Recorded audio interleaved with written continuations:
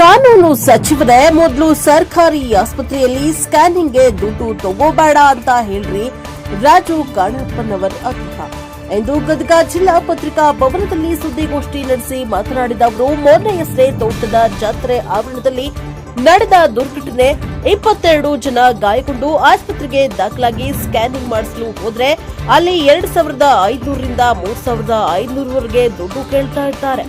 ಕಾನೂನು ಸಚಿವರೇ ಏನು ಮಾಡ್ತಾ ಇದ್ದೀರಿ? ಅದರಲ್ಲಿ 11 ಜನ ಹಿಂದೂಗಳು 11 ಜನ ಮುಸ್ಲಿಂ ಸೇರಿ 22 ಜನ ಗಾಯಗೊಂಡಿದ್ದು ನಿಮಗೆ ಮಾನವೀಯತೆಯೇ ಇಲ್ಲವಾ? ಪೊಲೀಸ್ ವರಿಷ್ಠಾಧಿಕಾರಿಗಳೇ, ನೀವೇನಾದ್ರೂ ಕಪ್ಪು ಹಣ ಪಡೆದಿದ್ದಾರೆ? ಯಾಕೆ ಅಪಘಾತವಾದ ಮನೋರಂಜನೆ ಆಟಿಕೆಗಳನ್ನ ವಶಕ್ಕೆ ಪಡೆದಿಲ್ಲ? ಮೊದಲು ವಶಕ್ಕೆ ಪಡೀರಿ, ಜನ ನಿಮ್ಮನ್ನ ಪ್ರಾಮಾಣಿಕರು ಎಂತಾರೆ.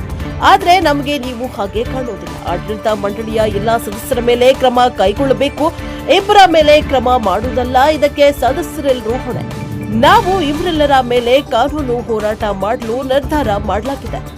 ಪೊಲೀಸ್ ವರಿಷ್ಠಾಧಿಕಾರಿಗಳು, ಜಿಲ್ಲಾಧಿಕಾರಿಗಳು, ಆಡಳಿತ ಮಂಡಳಿ, ನಗರಸಭೆ ಆಡಳಿತಾಧಿಕಾರಿಗಳು, ಜಾತ್ರಾ ಮಂಡಳಿ ಆಡಳಿತ ಮಂಡಳಿಗಳ ಮೇಲೆ ಕಾನೂನು ಹೋರಾಟ ಮಾಡಲು ಸಿದ್ಧತೆಯನ್ನ ನಡೆಸಿದ್ದೇವೆ.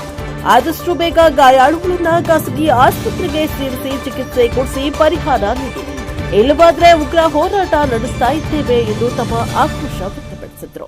ಬ್ಯೂರೋ ರಿಪೋರ್ಟ್, ಕ್ಯಾಮರಾಮ್ಯಾನ್ ಜಗದೀಶ್ ಜೊತೆ ಅಶೋಕ್ ಹುಗಾರ್, NKS TV4 ಗದಗ. ನಾವು ಈ ಪತ್ರಿಕಾಗೋಷ್ಠಿ ಕರೆದ ಉದ್ದೇಶ ಏನಂದ್ರೆ ಏನು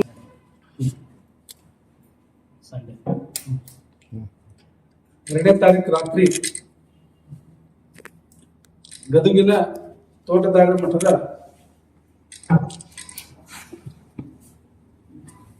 ಜಾತ್ರೆಯ ಒಂದು ಇದರೊಳಗ ಈ ಮನೋರಂಜನೆಗಾಗಿ ಅಲ್ಲಿ ಹಲವಾರು ರೀತಿಯ ಚಕ್ರಗಳನ್ನು ಹಾಕಿ ಜನರಿಗೆ ಮನೋರಂಜನೆ ಕೊಡುವಂತ ಕೆಲಸವನ್ನ ಪ್ರತಿ ವರ್ಷ ಮಾಡ್ತಾ ಇದ್ದಾರೆ. ಆದ್ರೆ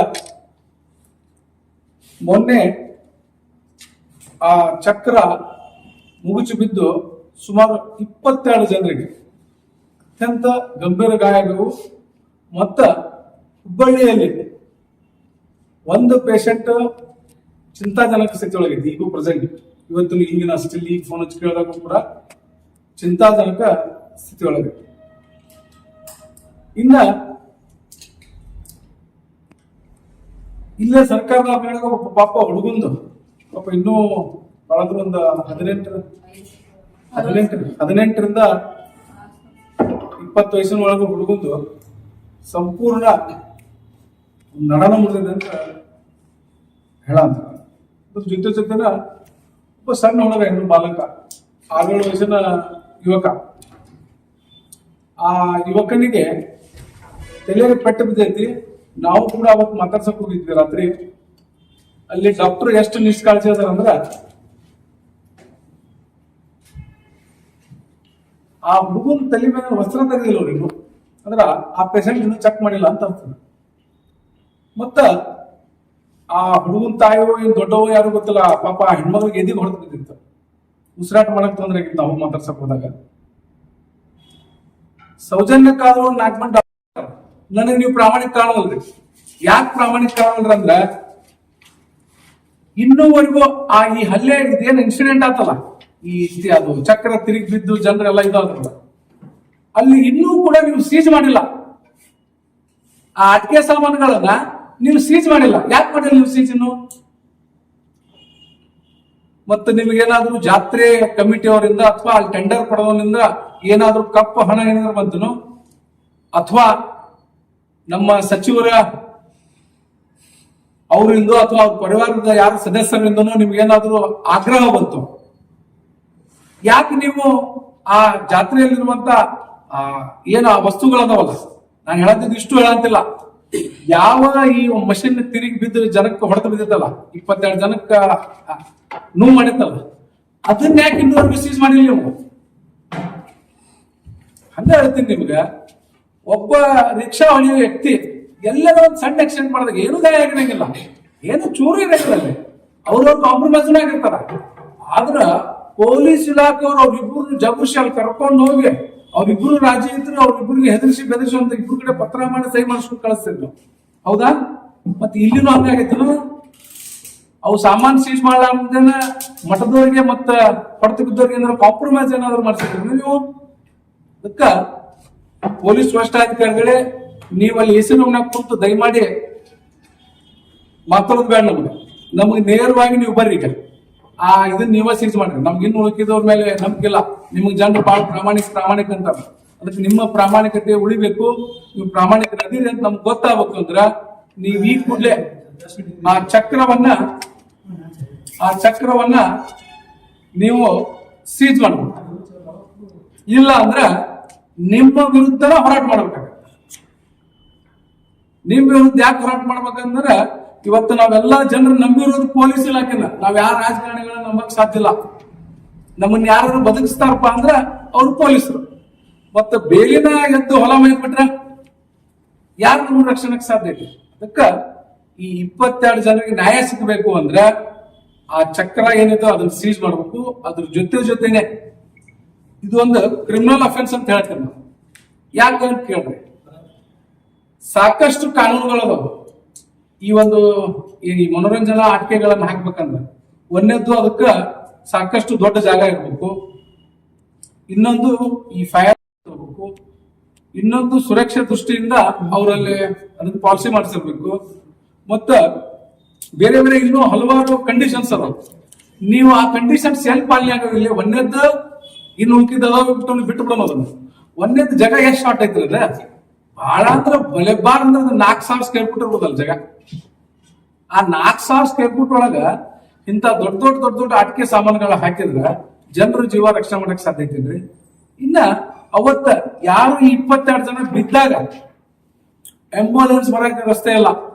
ಇದು ಪೊಲೀಸ್ ಇಲಾಖೆ ಗೊತ್ತೈತಿ. ಅವರು ಅದನ್ನ ಆಂಬ್ಯುಲೆನ್ಸ್ ಕರ್ಕೊಂಡ್ ಬರ್ಬೇಕಂದ್ರೆ ಎಷ್ಟು ಕಷ್ಟಪಟ್ಟರು ಅವ್ರಿಗೆ ಗೊತ್ತೈತಿ. ಅವತ್ತು ಯಾರ್ಯಾರೆಲ್ಲ ಡ್ಯೂಟಿ ಮಾಡ್ರಲ್ಲ ಅವ್ರಿಗೆಲ್ಲರಿಗೂ ಗೊತ್ತೈತಿ. ಯೋಚನೆ ಮಾಡ್ರಿ, ಆಂಬ್ಯುಲೆನ್ಸ್ ಬರ್ಲಾರ್ದಂಗ ಜಾಗ ಹತ್ತಿಟ್ಟಿರೋ ಅಂಗಡಿ ಹಾಕ್ಯಾರಂದ್ರ ಮತ್ತ ನೀವು ಪರ್ಮಿಷನ್ ಹೆಂಗ್ ಕೊಟ್ರಿ ಅವ್ರಿಗೆ?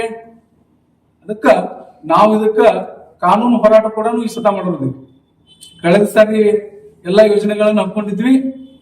ಆದ್ರ ಜಿಲ್ಲಾಡಳಿತ ಮತ್ತು ಅವತ್ತಿನ ಪೊಲೀಸ್ ಜಿಲ್ಲಾ ವರಿಷ್ಠಾಧಿಕಾರಿಗಳು ನಮಗೊಂದು ಮಾತು ಕೊಟ್ಟಿದ್ರು. ಏನಂತೇಳಿ, ಇದನ್ನ ಬರುವ ವರ್ಷ ಸರಿ ಮಾಡ್ತೀನಿ ಅಂತ ಹೇಳಿ. ಆದ್ರೆ ಅವ್ರು ವಿಫಲರಾದ್ರು.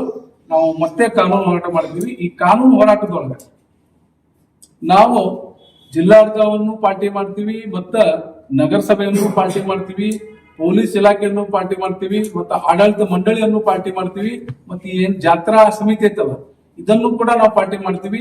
ಮತ್ತ ಈ ಕಾಂಟ್ರಾಕ್ಟರ್ ಏನ್ ಬರ್ತಾರಲ್ಲ ಈ ಕಾಂಟ್ರಾಕ್ಟರ್ ಅನ್ನು ಕೂಡ ನಾವು ಪಾರ್ಟಿ ಮಾಡ್ತೀವಿ. ಯಾಕೆ ಇವಿಷ್ಟನ್ನು ಪಾರ್ಟಿ ಮಾಡ್ತೀವಿ ಅಂದ್ರೆ ಇವರೆಲ್ಲ ಹಣದ ದಾಯಿಗಳು.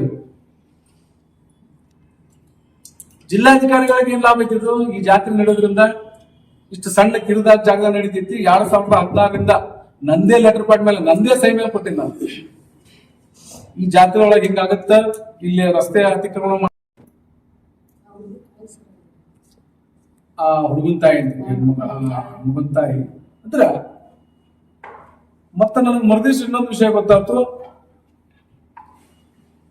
ಗಿರೀಶ್ ಕಾರ್ಬಾರಿ ಅಂತ ಹೇಳಿ ಒಬ್ಬ ಹೋರಾಟಗಾರರು, ಅವರು ಕೂಡ ಅವರ ಆಸ್ಪತ್ರೆಗೆ ಭೇಟಿ ಕೊಟ್ಟ ಸಂದರ್ಭದೊಳಗೆ ಅಲ್ಲೇ ಸ್ಕ್ಯಾನಿಂಗಿಗೆ ದುಡ್ಡು ತಗೊಂಡು ಮೊದ್ಲಾಕ ಬಿದ್ದೋರಿಗೆ ಉಳಿದ್ರೆ ಸಾಕು ಅಂತ ಹೇಳಿ ಬಿದ್ದಾರ ಕುಂತಾರ. ಉಳಿದ್ರೆ ಸಾಕು, ನಾವು ಬದುಕಿದ್ರೆ ಸಾಕು ಅಂತ ಹೇಳಿ ಅವ್ರಲ್ಲಿ ಕುಂತಾರ. ಆದ್ರೆ ಅವ್ರ ಕಡೆ ಅಂದ್ರೆ 2,500 ಕೊಡ್ರಿ, 3,500 ಕೊಡ್ರಿ ಅಂದಾಗ ಸ್ಕ್ಯಾನ್ ಮಾಡ್ತೀನಿ ಅಂತಂದ್ರೆ ಪಾಪ ಅಲ್ಲಿ ಬಂದವ್ರು ಯಾರು ಕೋಟ್ಯಾಧೀಶರಲ್ಲ. ಜಾತ್ರೆಗೆ ಬಂದವ್ರು ಯಾರು ಕೋಟ್ಯಾಧೀಶರಲ್ಲ, ಅತ್ಯಂತ ಕಡುಬಡವರು. ಉದಾಹರಣೆಗೆ ಹೇಳ್ಕಂದ್ರೆ ಗಂಗಿಮಡಿ ಜನ ಅದಾರ, ನಮ್ಮಿಲ್ಲಿ ಸಿಕ್ಕಲ್ಗೆರೆ ಹುಡುಗರು ಅದಾರ, ಆಶ್ರಯ ಕಾಲೋನಿಯವರು ಅದಾರ, ಜವಳಗಲ್ಲಿ ಹುಡುಗರು ಅದಾರ. ಹಿಂಗ ಎಲ್ಲ ಸ್ಲಮ್ ಇಂದ ಬಂದ ಜನನೇ ಅದಾರ.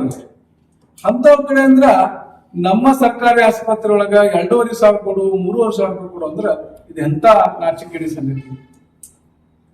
ಅದಕ್ಕ ನಾನು ಇಲ್ಲಿಯ ಕಾನೂನು ಸಚಿವ HK ಪಾಟೀಲ್ ಹೇಳಕ್ ಇಷ್ಟಪಡ್ತೀನಿ. ಸ್ವಾಮಿ, ನೀವು ಪ್ರತಿ ತಿಂಗಳ 2,000 ಕೊಡೋದು ಬಂದ್ ಮಾಡಿದ್ರು ಅಡ್ಡಿ ಇಲ್ಲ. ಆದ್ರ ಇಲ್ಲಿ ಸ್ಕ್ಯಾನಿಂಗ್ ದುಡ್ಡು ತೊಗೊಳಕ್ ಹೋಗ್ಬೇಡ್ರಿ. ಮನುಷ್ಯಾಗ ಆರೋಗ್ಯ ಸ್ಥಿರ ಇಲ್ಲದಾಗ ನೀವ್ ಒಂದ್ ಸ್ಕ್ಯಾನಿಂಗ್ ಮಾಡಿದ್ರೆ ನಿಮ್ಮನ್ನ ಸಾಯಿ ಮಟ್ಟ ನೆನ್ಪಿಟ್ಕೊಂತಾನ ಸರ್ಕಾರದವ್ರು ಇಂತ ಕೆಲಸ ಮಾಡಿದ್ರು ಅಂತ ಹೇಳಿ. ಆದ್ರೆ ನೀವು ಕೊಟ್ಟ ದುಡ್ಡು ಸರಿಯಾಗಿ ಉಪಯೋಗ ಆಗುತ್ತೋ ಇಲ್ಲೋ ಗೊತ್ತಿಲ್ಲ ನನಗೆ. ಆದ್ರೆ ನೀವು ಸರ್ಕಾರದ ಒಳಗಡೆ ದುಡ್ಡು ತಗೊಳ್ಳಾರ್ದನ ಆರೋಗ್ಯ ಸುಧಾರಣೆಗೆ ಏನಾದ್ರು ಉಚಿತವಾಗಿ ಕೊಟ್ರ ಹೇಗೆ ನಿಮ್ಮ ತಂದೆಯವ್ರ ಫೋಟೋ ಇಟ್ಟು ಪೂಜೆ ಮಾಡ್ತಾರ ಹಂಗೆ ನಿಮ್ದು ಫೋಟೋ ಇಟ್ಟು ಪೂಜೆ ಮಾಡ್ತಾರ. ಇಲ್ಲ ಅಂದ್ರೆ ಜನರು ನಿಮ್ನ ಬಂದಲ್ಲಿ ಕಲ್ಲುವಂತ ಪರಿಸ್ಥಿತಿ ನಿರ್ಮಾಣ ಆಗೋದಂತೂ ಈಗ ನಿಶ್ಚಿತ ಐತಿ.